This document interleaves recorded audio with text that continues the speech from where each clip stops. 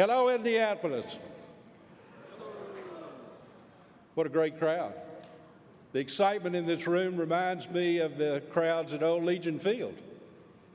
For you Yankees, that's where the University of Alabama won many of its most thrilling football games. Roll Tide Roll. Where Paul Bear Bryant roamed the sidelines in that famous houndstooth cap.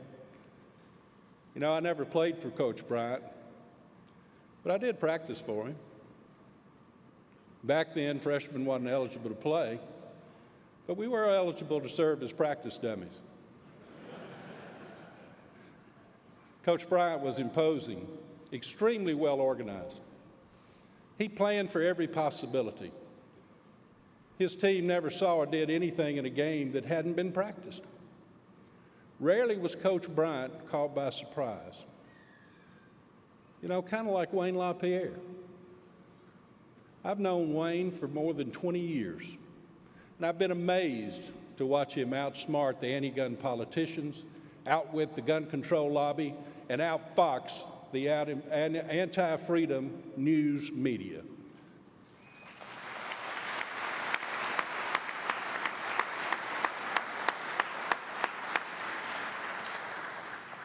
He's built an NRA as well organized as any Bear Bryant team, prepared for every possibility and poised for every opportunity for success.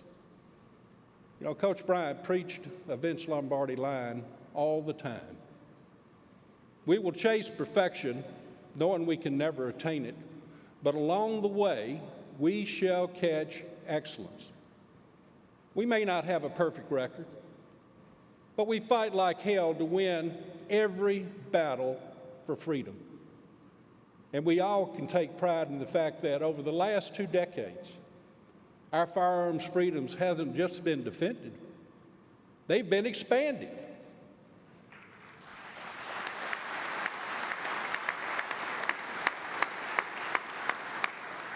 Folks, that's no small part thanks to the leadership of Wayne LaPierre.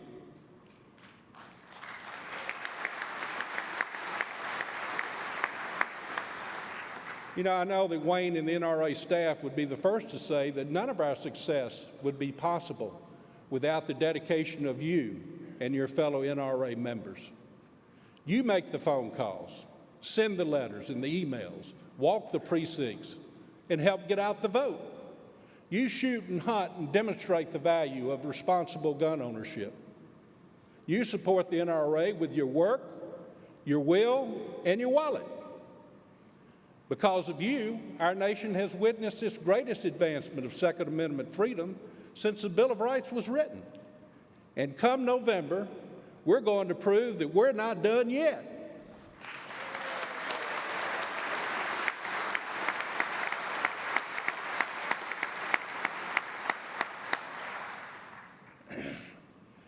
You know, I'm just a country lawyer from Alabama. And I surely don't want to say anything today that might offend anyone. But I do know this. There's an election in November.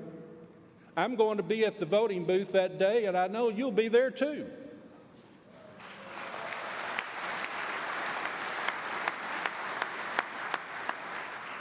And I plan on taking a few of my gun-owning friends too. There's nothing more important than who gets elected to the United States Senate.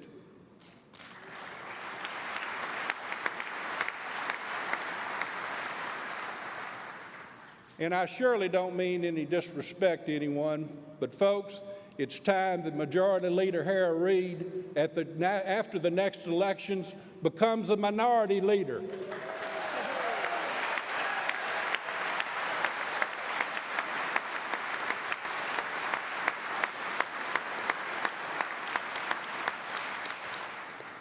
That's critical, but it's not the only important thing I have to say today. There's a critical message that all of us must heed. I'll get to that in a moment. But first, I want to talk to you about mashed potatoes and ice cream. That's right, mashed potatoes and ice cream. And a true legacy. Let me explain. From the time I was born, I was raised on the NRA. I know a lot of you grew up in the NRA too. For the first 18 years of my life, I spent every summer at Camp Perry. My dad was a pretty darn good shot. He was a terrific father who let me tag along even at a young age. I love those summers. Back then, Camp Perry was run by the Army. We had parades in the morning, cocktails in the afternoon, and mashed potatoes and ice cream for dinner. For a kid like me, it was great. More importantly, those summers were how my dad began to ensure his legacy to me. I know a great many of you knew my dad. Irvin C. Porter joined the NRA board in 1953 and was elected NRA President in 1959. Later, he was bestowed the distinction of Honorary Life Member. I'm humbled today. Humbled and followed in Dad's footsteps. And stand before you as NRA President. I wish he was still with us. But even though he's not, I know he'd be proud. He'd be proud of me and of the legacy of freedom he passed on to me. Dad served with great leaders of his generation, great lions of freedom, like Hal Glasson, George Whittington, Judge Bartlett Rummel, Frank Orth, Alice Bull, the chairman, John Dingell, Jim Reinke, Harlan Carter. They were revolutionary fighters at a time when NRA needed them the most. You know, Thomas Jefferson wrote that every generation needs its own revolution. For my dad and his colleagues, revolution came in Cincinnati at the 1977 NRA annual meeting. Had it not been for the revolt in Cincinnati, we wouldn't be here this morning. Back then, NRA had reached a critical crossroads. Some thought NRA should focus solely on wildlife conservation and habitat, that NRA should be a sort of national hunt club. Now, don't get me wrong, I'm a lifelong hunter, and I'm proud of the fact that no other organization does more to preserve hunting, protect access to hunting lands, and promote responsible wildlife conservation than the NRA. But at that Cincinnati meeting, the Gun Control Act of 1968 was the law of the land. It just about put NRA out of business for good. You know, that bill was passed. That terrible law was enacted for one simple reason, and one reason alone. The NRA was not in the game. There was no Institute for Legislative Action. We didn't even have a registered NRA lobbyist. Our association at that time wasn't just ill-prepared to fight against a terrible bill. We wasn't even there. We wasn't even on the playing field. The House Conference Report passed by just 32 votes. 25 Democrats and 41 Republicans voted present or didn't vote at all. They took a walk. If only half of those 67 congressmen had been reached and opposed the bill, the 1968 Gun Control Act would have been defeated. It would have never become law. And gun owners wouldn't have been subjected to the abuse of rights that law wrought on good, decent gun owners. All because the NRA at that time stayed out of the debate. That's what 77 Cincinnati meeting was all about. It was literally a fight over the direction of our organization and the future of our freedom. My dad was asked to chair the meeting. He called it to order at 7:30 in the evening. It lasted a full 8 hours. And Dad, with gavel and microphone in hand, never left his feet. And I can tell you at the end of the meeting, he was getting stronger. It could have easily gotten out of hand, and there were some heated exchanges. But order was maintained, When it was over, the revolutionaries had won. Harlan Carter was named executive vice president. Control of the organization had been restored to its members, and the way had been paved for the establishment of the NRA's Institute for Legislative Action. And the NRA finally began to build the political strength necessary to save our association and save our freedom.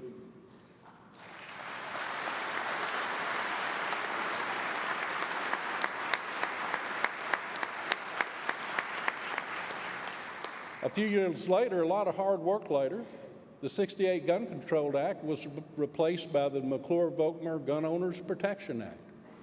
And since then, right to carry is a law in almost every state. Range protection law exists in 47 states. Hunter protection laws are on the books in all 50 states. And more law-abiding Americans own more guns and shoot than ever before in history, including America's fastest growing segment of gun owners, 30 million women.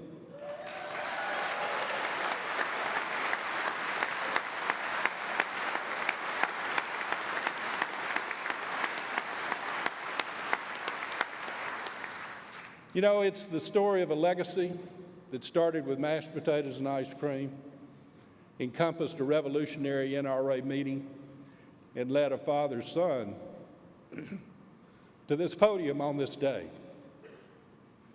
Because of what our fathers and forefathers accomplished, we are freer today. Now, I recently had the great privilege of attending the funeral services of Otis McDonald in Chicago.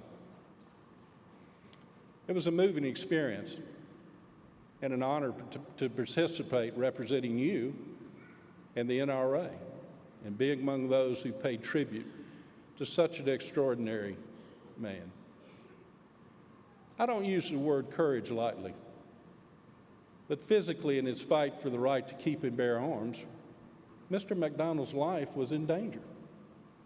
He braved death threats from gangbangers and drug dealers in his once peaceful South Side Chicago neighborhood. He laid his life on the line for a right that those who don't live in crime-ridden zones take for granted. He simply wanted to keep a handgun in his home for protection of his family and his property. But in Chicago, when Otis McDonald began his fight, handgun ownership was a crime for ordinary, decent citizens. With his presence in the fight as a spokesman for liberty, and with his death, a remarkable shift occurred in the Chicago media. They actually listened and reported what this man said and what he believed in. In his obituary of Mr. McDonald, the Chicago Tribune wrote, "He was driven by a force much deeper. Mr. McDonald felt strongly that he had a duty to stand up for the rights that had been taken away from African Americans during slavery. He had come to understand more about his ancestors and the black codes that kept guns out of the hands of freed slaves." The Tribune then quoted Mr. McDonald. "I could feel the spirit of those people running through me as I sat in the Supreme Court." When the nation remembers the civil rights movement that removed barriers of law that kept full citizenship for many Americans because of race, Otis McDonald's presence must be recognized as a civil rights leader in the truest sense. Because of those who came before us, our NRA is larger, stronger, more political savvy than ever before, and at a time when freedom needs our defense like never before. You know, we're looking down the barrel of some serious issues. People are anxious, and not just NRA members, about the future of our country. They're looking to us, to the NRA, for leadership, because we are the one civil rights group that, above all others, stands squarely for freedom of all Americans. The NRA is viewed more favorably by more people than either political party, the Congress, or the White House. That's because we stand for right. We fight for individual liberty, and we win.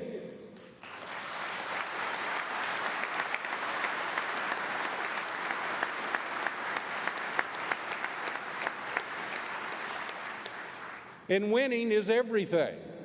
There's no second place when it comes to the fight for freedom. And to ensure future NRA victories and preserve greater freedom for future generations, we must each do our part in building the strongest NRA possible. It's our job to pass on to our children an NRA that is mightier than today.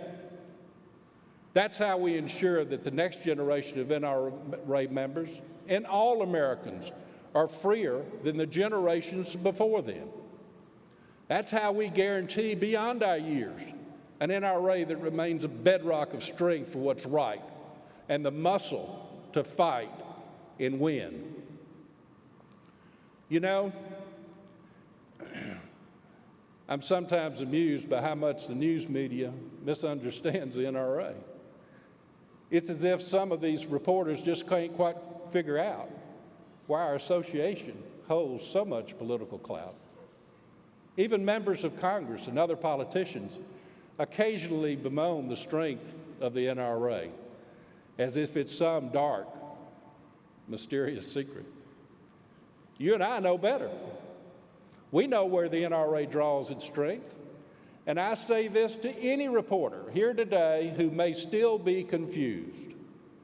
Look around, because if you're wondering where NRA's muscle is, it's right here in this room.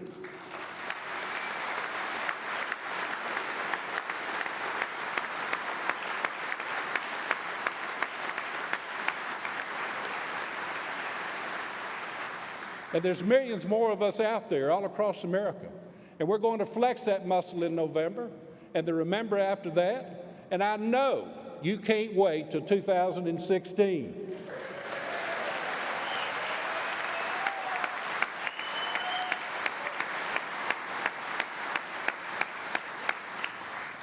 Do you feel the energy in this room?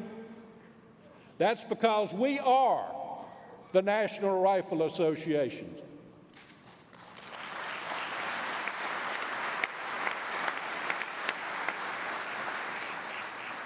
We always endure because principles endure.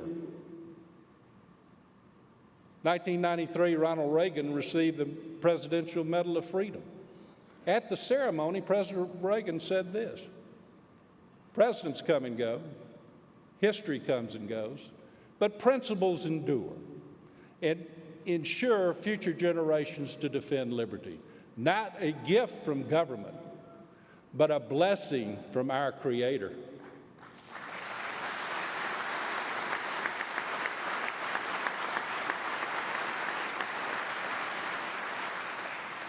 Here, the lamp of individual conscience burns bright. I know each of you feel as I do, an individual conscience to preserve freedom and ensure future generations to defend liberty. An individual call to duty we must each answer in our own way to build a true legacy of freedom. You take a grandchild hunting for the first time. As your daughter takes her first shot on the range, you stand by with gentle instruction and pride. A friend watches as you mail a check to the Institute for Legislative Action. You take a neighbor to a local Friends of NRA event. But these are more than simple acts they sing. They are the childhood moments, the fond memories, the lasting impressions that endure a lifetime. These are the acts of legacy. I'm a witness to the American dream, and I'm challenged, as we all are, to do our part to pass that precious dream to the next generation of free Americans. I love the National Rifle Association, and I can't fully express my appreciation for all that you do. You raise good families, build strong communities, and defend freedom in the face of every challenge. That's a lot to be proud of and a lot to leave as your legacy. Let us vow on this day that together we will stand and fight to preserve our legacy of freedom for all the world to see for all time. Thank you, and may God bless every one of you.